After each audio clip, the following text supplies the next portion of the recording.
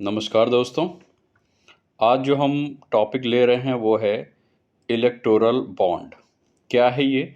इन दिनों सबसे ज़्यादा मुद्दे में है।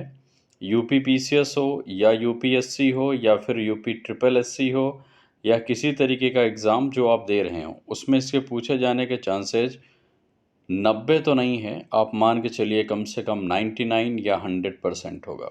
क्यों? क्योंकि ये मुद्दा गर्म आ गया है।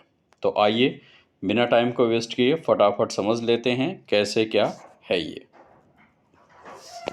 देखिए यहाँ पे हमने जो लिखा है वो है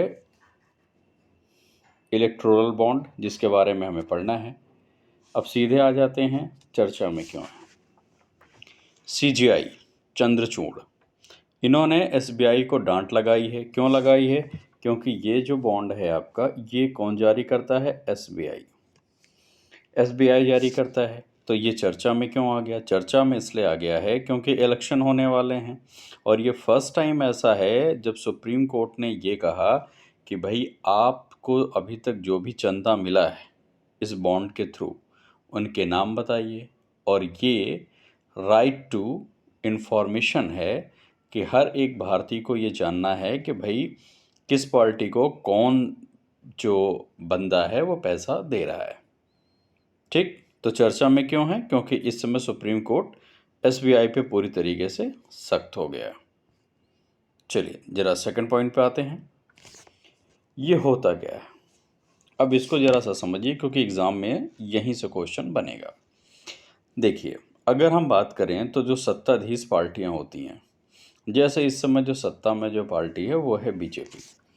तो ये जो बीजेपी है, इसको जैसे आम जनता 1000 से लेके और कहीं तक आप चले जाइए, 10,000 करोड़, 5,000 करोड़, जो आपकी कैपेसिटी है, आप बीजेपी को, कांग्रेस को, टीएमसी को या और भी जितने भी पार्टियां आप राजनीतिक दल जान रहे हैं उसको आप चंदा देते हैं।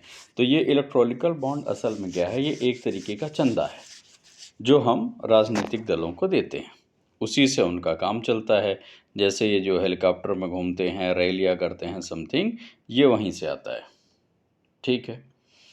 जब ये बॉन्ड जारी हुआ था तो उस समय कॉरपोरेट सेक्टर को इससे बाहर रखा गया था, लेकिन कुछ समय के बाद कॉरपोरेट जो है वो इसमें एंट्री कर गया, यानी उसको अलाउ कर दिया गया कि आप यहाँ पे पैसा दे सकते हैं।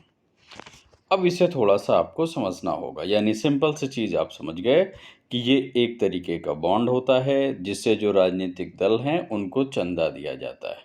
ये 1000 से लेके और कहीं तक भी जा सकता है। अब देखिए क्या है, अब इसमें ये जारी करता है एसबीआई। ठीक है। एसबीआई के पास केवाईसी कराया जाता है। अगर आपके पास कोई भी बैंक अकाउंट होगा तो आप केवाईसी करा रहे होंगे।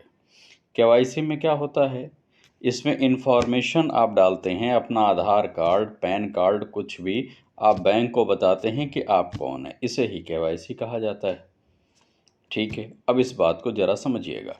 एसबीआई ने कहा कि हम केवाईसी के थ्रू इनकी डिटेल तो रखेंगे। किसकी? जिन्होंने भी चंदा दिया है राजनीतिक दलों को, जो भी उस समय मौजूद होगा, लेकिन हम इसको डिस्क्लोज नहीं करेंगे कभी भी। ऐसा शुरू में कहा गया था।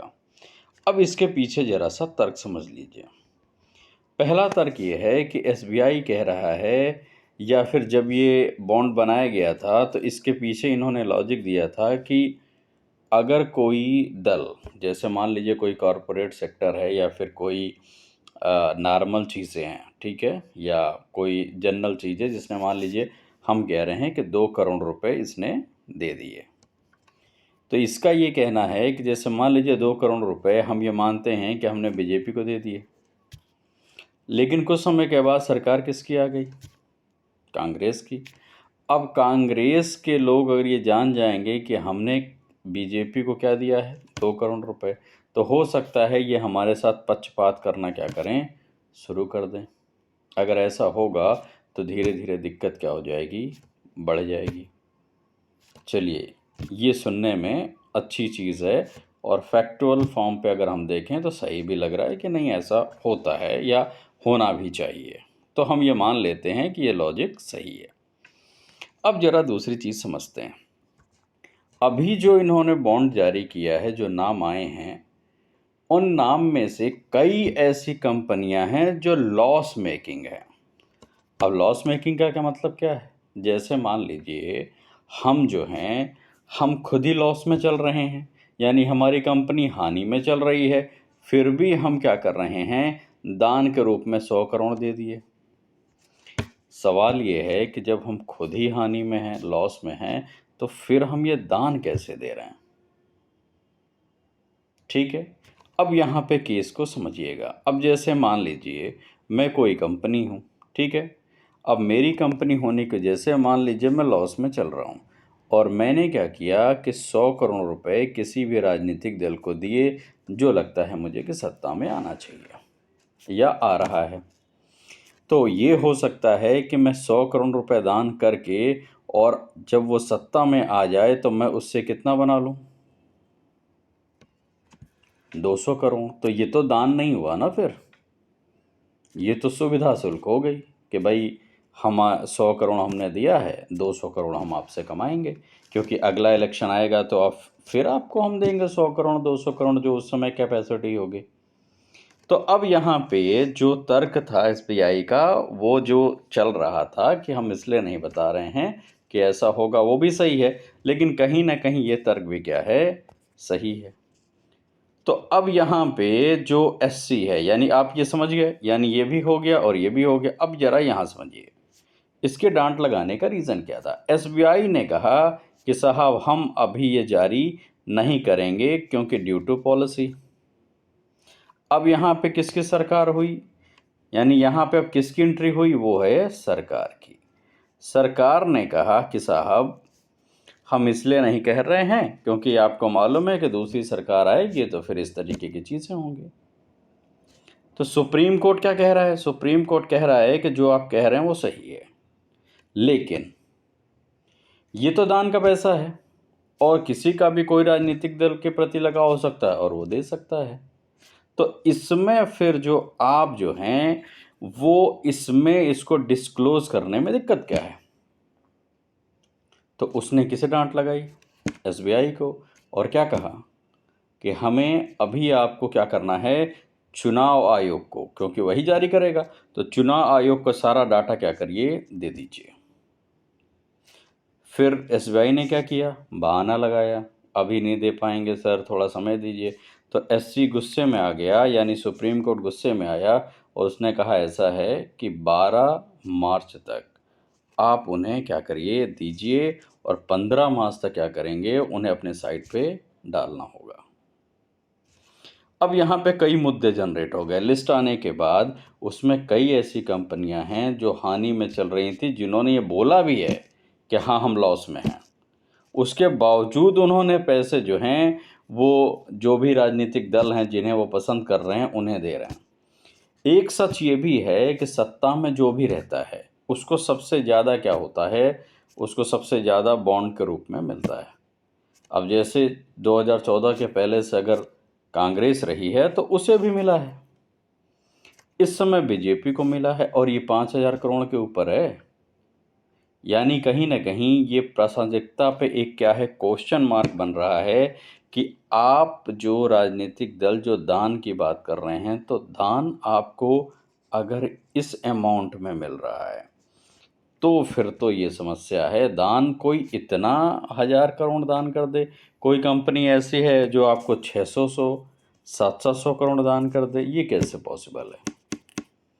दूसरा सवाल क्या उठ रहा है कि इसमें कई ऐसे मुद्दे हैं, जैसे लिस्ट में 600 करोड़ रुपए का आंकड़ा है ही नहीं, ये कहाँ गया? इन्होंने 2 लिस्ट जारी की, दोनों लिस्ट को आपस में माइनस करोगे तो 600 करोड़ का डाटा क्या है, एसबीआई के पास नहीं है। नहीं है का मतलब उसने अभी आपको दिया नहीं है। तो सुप्रीम कोर्ट ने फिर इसको डांट लगाई है कि आधा अधूरा डाटा आप क्यों दे रहे हैं, आप हमें पूरा दीजिए, जो बच गए हैं उनके भी नाम क्या करना है, डिस्क्लोज करना है।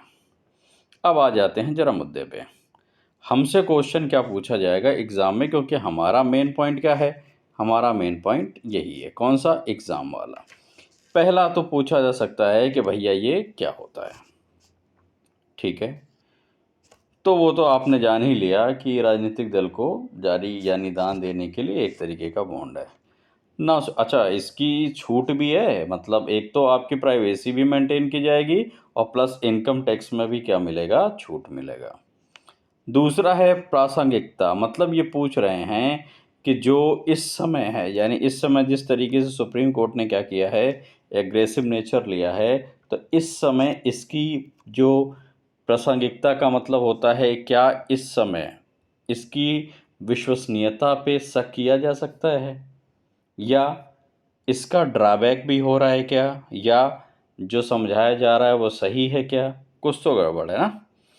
और लास्ट में पूछा जाएगा, मेंस की बात की जा रही है, आपका ओपिनियन क्या है। जैसे क्वेश्चन आ जाएगा, इलेक्टोरल बॉन्ड है इस समय जनरेट हुए हैं और इसको लेके कुछ आरोप भी कुछ राजनीतिक दलों ने कुछ खास राजनीतिक दलों पे लगाए हैं। आपको क्या लगता है कि इसकी प्रासंगिकता, मतलब इसकी उपयोगिता होनी चाहिए, या पूरी तरीके से इसको बंद कर देना चाहिए, या फिर आप अगर होते सुप्रीम कोर्ट के जस्टिस, या फिर आप होते एक प्रशासनिक पद पे, तो आप क्या देना चाह रहे थे आइडियाज़, जिससे हर चीज़ मेंटेन हो जाए। आई होप दोस्तों आपको चीज़ें समझ में आई होंगी, ठीक। अगर आपको ऐसा लगता है तो प्लीज़ एज़ यूजुअल जो सभी बोलते हैं वो हम भी बोल देते हैं, भाई लाइक कर दीजिए और सब्सक्राइब कर दीजिए। Thank you so much. शुभ रात्रि।